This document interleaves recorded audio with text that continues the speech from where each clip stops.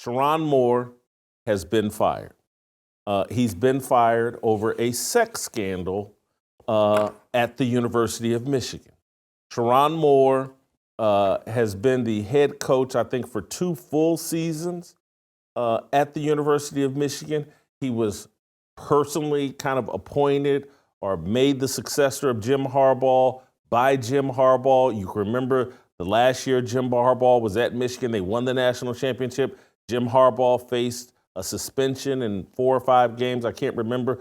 And Sherrone Moore, the offensive line coach, the offensive coordinator, filled in and was the acting head coach on game day in that year that they won a national championship. And then when Jim Harbaugh left for the National Football League to go back to the National Football League and coach the Los Angeles Chargers, Sherrone Moore was elevated to permanent head coach at the University of Michigan. He's blown himself up. He's blown in an event that we're calling the double-stuffed Oreo. We've seen sexual scandals for college football coaches and for coaches. We've seen this for many years. This one here is special, though, because Sherrone Moore got fired yesterday and ended up in police custody because he melted down and crashed out. This is one of the most incredible crash outs we've ever seen since Bobby Petrino at Arkansas crashed out on a motorcycle and blew his head coaching job up at Arkansas. I don't know. We'll get into that with Steve Kim here in a minute, the history of these sex scandals. But what happened to Sherrone Moore, absolutely amazing, breathtaking. You feel sorry for him. You want to laugh at him. You wonder, like, how can you be this stupid? Well, men have been being this stupid for a long, long time. A long time. Thinking with their smallest head. Getting promoted to a position of power, authority, and wealth, and using that power, authority, and wealth to have extramarital affairs or to participate in illicit sexual activity. Here's the thing, though. If he had not lost to Ohio State on Thanksgiving weekend, Sherrone Moore would likely still be the head coach at the University of Michigan because we have uncovered that Michigan has known about this illicit affair with a staffer that he okayed, consented to, commissioned, like a 50% pay raise. This woman went from, I think, making $48,000 a year to making $90,000 a year for being some sort of recruiting assistant or staffer for Sherrone Moore, who's married, I think has 2 kids. He's banging his assistant and traveling around with her, obviously under the auspices of football business. They've been pictures floating around on Twitter of Sherrone Moore and her walking around the campus together in Ann Arbor, Michigan. This stuff has been going on and being speculated about for at least weeks, if not as long as a year. Let me remind some of you all that I made my sports writing bones early on in Ann Arbor, Michigan. I covered the Fab Five basketball team, covered the University of Michigan football team in the early 1990s for 2 years, lived in Ann Arbor, Michigan. My college football head coach, Paul Shadell, was a longtime Bo Schembechler assistant coach at the University of Michigan. Our entire Ball State program was based on the Michigan Bo Schembechler philosophy. We had painted in our offices or in the locker room facilities, "Those who stay will be champions." That's a slogan from Bo Schembechler and Michigan.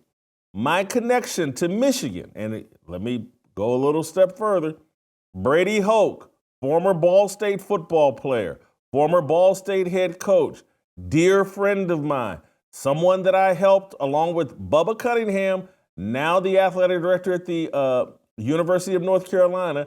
Bubba Cunningham's first job as an athletic director, his full-time athlete, was at Ball State. First thing he did, this isn't bragging, this is just me telling you my history and my connection to the University of Michigan. First thing he did was call me, hey, help me identify Ball State's next football coach. And it was Brady Hoke. And Brady Hoke and I became fast friends and very close. And so when he went to San Diego State and then elevated to the head coach at the University of Michigan, I was along for the ride. I have a long history dating back to the 1990s, the early 1990s, all the way through Brady Hoke's tenure at Michigan, being very closely associated with the University of Michigan. You can go back to again, Paul Shadell recruiting me.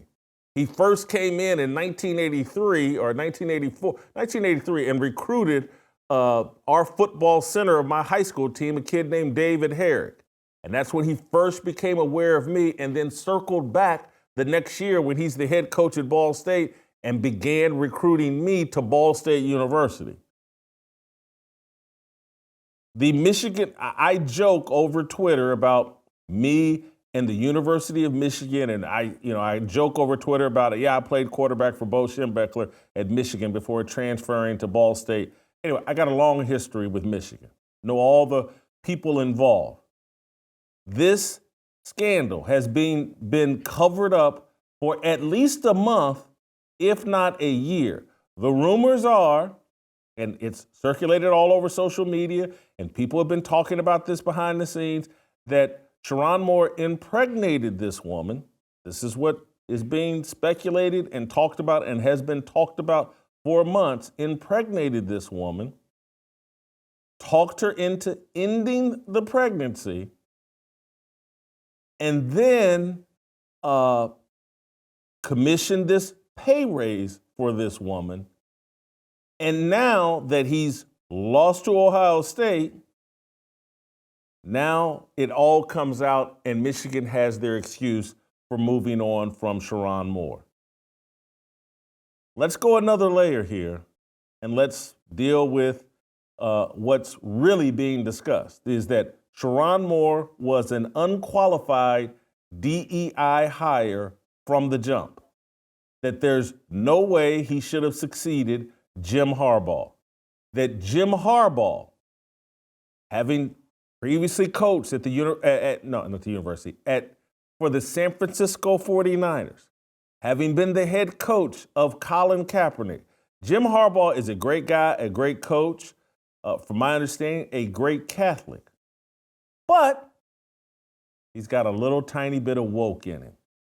And he wanted to promote a black assistant coach to the head coach at the University of Michigan.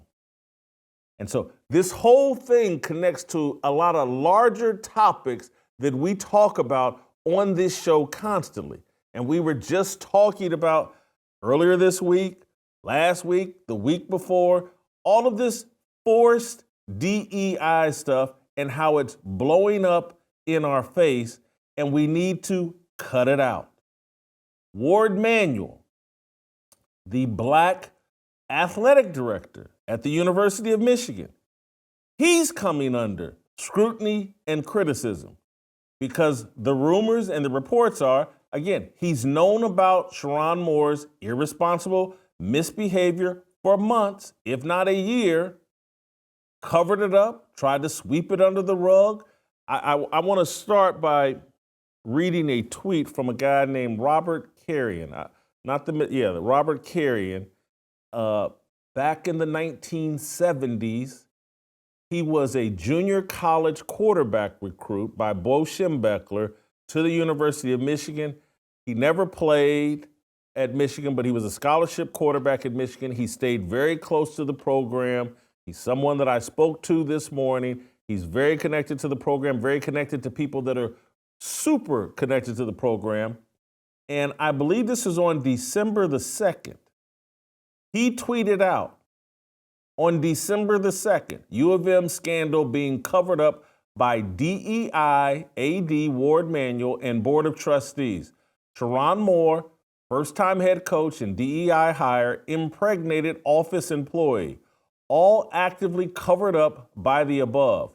Fire all of them. Clean it all up, including hiring by skin color and not merit. My source is 100%.